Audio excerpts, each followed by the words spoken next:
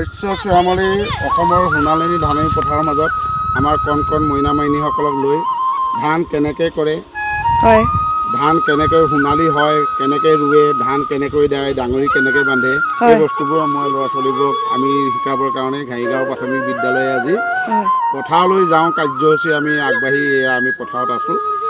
সকলোৱে আমি অলপ পিছতে পথাৰত কেনেকৈ টেঙা খায়, কি কৰে কি নেমেলে, এতিয়া ডাঙৰীয়া বান্ধি আছোঁ দেখিছে, গতিকে অলপ পিছত দেখা পোৱা যাব। ডাঙৰি লৈ আমাৰ ডেকাহঁতে সোণালী ধান ভঁৰাললৈ আগবঢ়াই নিব। গতিকে আজি আমি ঘাঁহিগাঁও প্ৰাথমিক বিদ্যালয়ে এয়া ধুনীয়াকৈ আমাৰ এই কচুগাঁও ঘাঁহিগাঁও পথাৰত এই ধাননি পথাৰত এই দিনৰ 10 বজাত আমি এতিয়া পথাৰৰ মাজত আছোঁ। ইমানেই।